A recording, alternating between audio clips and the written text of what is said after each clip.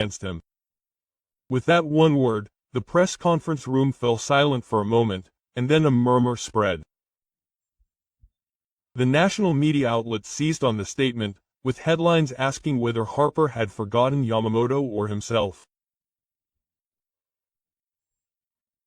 It was the worst lie in postseason history, with comments on social media suggesting he was just hiding his fear. Experts agreed. Harper was afraid of defeating the Japanese monster who had pitched flawlessly, striking out batters in his past. With that one statement, Harper had turned not only his opponents against him but also his fans against him. His silence, his attitude, and his careless remarks were a statement of what is unacceptable in the world of baseball. The atmosphere of the postseason changed forever. Mookie Betts seemed to know better than anyone how to handle media, responding calmly and sharply. When asked about Bryce Harper's reaction, he shrugged, laughed lightly, and simply said, "I don't remember much." That brief statement caused the press conference to fall silent for several seconds. It was the perfect way to respond when you don't want to reveal your true feelings. Betts later admitted, "I don't remember," he says, sounding scared, but saying "I don't remember" sounds soft and can irritate people a little. He says this with a mischievous smile, as if to say that sometimes silence is an art. When asked about Harper's slightly emotional reaction, Betts had a calm but pointed comment. "That's too bad. At his level, he should have just laughed and said he couldn't say that." Quote, Letts says Harper's overreaction is just evidence that he's cornered. He also touched on Harper's relationship with Yoshi Yamamoto. "There's no way Harper doesn't remember. He spent 10 minutes talking to Yamamoto during his interview with the Phillies. There was a hint of sarcasm in his voice, but there was also a sense of sincerity, despite having seen so much drama." He laughs and says that maybe Yamamoto still holds a grudge for choosing the Dodgers over the Phillies, but whatever. The Dodgers advanced to the next round with 3 straight wins. "Go for it, Shin," he concludes cheerfully. The air in Philadelphia was tense, like the predicament before a storm. 2 consecutive home losses were not just a defeat, but an event that shattered the pride of an entire city. That night, as the final siren sounded, hundreds of fans gathered outside 7th Bank Park, holding signs that read, "Fire Rob Thompson, intervene as manager." They cheered. With red jerseys on fire and boos ringing out, it was the moment when the city of Philadelphia turned its fangs on its hero. In the midst of the crowd was a male fan named Charles. Facing the cameras of a local TV station, he spoke calmly but passionately. "You may not believe it, but many Phillies fans are rooting for Yamamoto. He captivates people with his pitching, not his scandals." Quote. Those words resonated strongly among the crowd. Charles continued. "Harper's claim that he doesn't remember is just condescension. It's a lie to cover up his own poor performance. He's afraid of Yamamoto.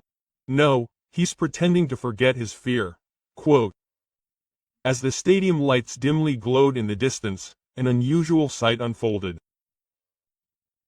Phillies fans were praising the opposing team's Japanese pitcher while knowingly insulting their own star. American sports channel MLB Network made the incident public. Never before in the American baseball market have so many fans collectively lauded a foreign player.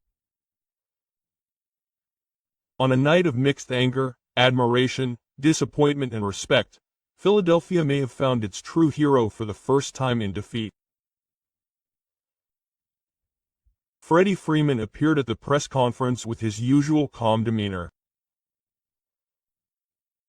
Although he spoke slowly, each word carried the depth of years of experience. He began by quoting an Eastern teaching he had learned during his years with his Japanese teammates. In Japan, there is a saying, "The mouth is the source of all evil." Freeman paused for a few seconds, as if pondering its meaning, before continuing.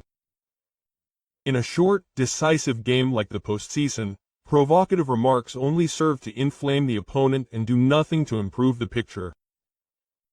When asked about the encounter between Harper and Yoshinobu Yamamoto, Freeman took a clear stance. "I don't know how the American media is reporting it, but Yamamoto doesn't need to worry about it," he said, nodding to Toshizuka. "If he can pitch as usual, he definitely has the ability to hold Harper down.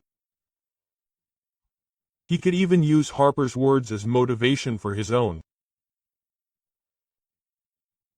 With a knowing smile, Freeman shared a personal memory that many people may have forgotten. He still remembers Harper from his time with the Nationals. He had a tough time with Jonathan Papelbon, the closer he had fixed in Boston at the time. Staring into the distance, Freeman continued quietly, "Every time I see Harper's stern expression and sharp gaze after a rugby match, I remember that time. He was still young back then and probably didn't know how to respect his elders." He concluded with the frank and sensitive words of a locker room leader. In American society, we don't often talk about the concepts of hierarchy or seniority, but when I heard Harper say he didn't remember Yamamoto, I felt this way. He may not have truly matured since then. This name is currently the most controversial in American baseball. Despite being completely shut down by the old Sasaki in yesterday's game and striking out the humiliating out, he made a surprising statement at a press conference the next day.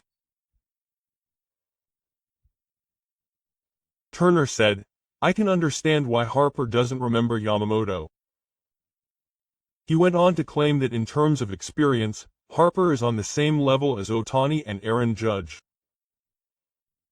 So it's no wonder he doesn't remember a player like Yamamoto, whose name is not very well known. Sports channel ESPN reported this comment as one of the most arrogant statements in postseason history. Critics on social media criticized him for not learning anything from his defeat. Toner went on to claim that his strikeout was a fluke. Sasaki's pitch was certainly fast, but it was just luck. "I'll definitely break him next time." But this statement added fuel to the fire. His overconfidence and refusal to admit defeat only served to further inflame the anger of fans. The Phillies fan forum is flooded with comments saying he's no longer needed on the team. The playoffs are full of comments saying he's no longer needed for such an incident, and the local Philadelphia Inquirer claims Toner is trying to hide his loss. But he's been critical of the fans, saying he's lost more than just one at-bat. Aaron Judge was clearly frustrated when asked about the Phillies' comments. Like a man who's fought his fair share of big mouths in both the league and national leagues, he was blunt. "Turner's one of the biggest jerks I've ever met playing against the Phillies," he said, shrugging a shoulder and chuckling. "I don't know about his past, but if you look at the last 6 years, it's clear that Tani has absolutely dominated Harper. And I'm not the only one. Everyone in America has seen it." Quote. When the conversation turned to Yamamoto, Judge's voice softened a little and he took on a more serious tone. "I've actually caught a ball from him, and it's amazing. I couldn't believe he could throw such a powerful ball with such a small frame." He paused for a few seconds, smiled, and added, "Just as Japanese people don't want to lose to Westerners." Westerners also have a psychological tendency to think they can't lose to Japanese people. That's what competition is all about. He also pointed out Harper's psychological issues. If it had been Ohtani, he would never have said he didn't remember. But the fact that he said that to Yamamoto shows that he looks down on him. In other words, he thinks he's inferior. Judge's expression gradually became stern, and his words took on more weight. But you see, to me, that's a sign of fear. If you have to pretend to forget about someone, it means that they're already living in your head. At the end of the interview, Judge said something short but powerful. Yamamoto, just stay calm. If you don't get caught up in that psychological warfare, I'll definitely let Harper hit. Quote, as fireworks exploded in the Los Angeles night sky, American baseball was confronted with a reality. The leadership of MLB is no longer limited to America alone. The special program MLB Legends Talk 2 on Hockey Sports brought together three legends, David Ortiz, Alex Rodriguez, and CC Sabathia, who spoke passionately about the Japanese players who will be watching this year's postseason. Voltes declared that Ohtani, Yamamoto, and Sasaki should come out on top. They are rewriting MLB history. We're not just watching pitching or hitting,